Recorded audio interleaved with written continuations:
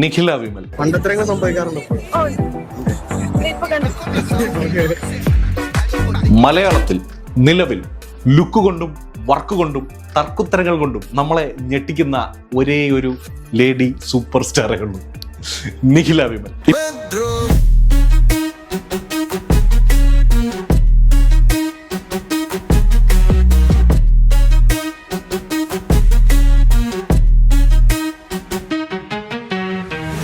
தந்தை தவறு செய்தார், தாயும் இடம் கொடுத்தார்.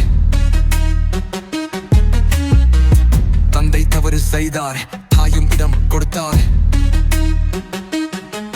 வந்து பிறந்து விட்டோம், வெறும் படம் வளர்த்து விட்டோம். மனது துடிக்கிறது, மயக்கம் வருகின்றது. அதது லாபம் என்ன, அவனாட்சி நடக்கின்றது.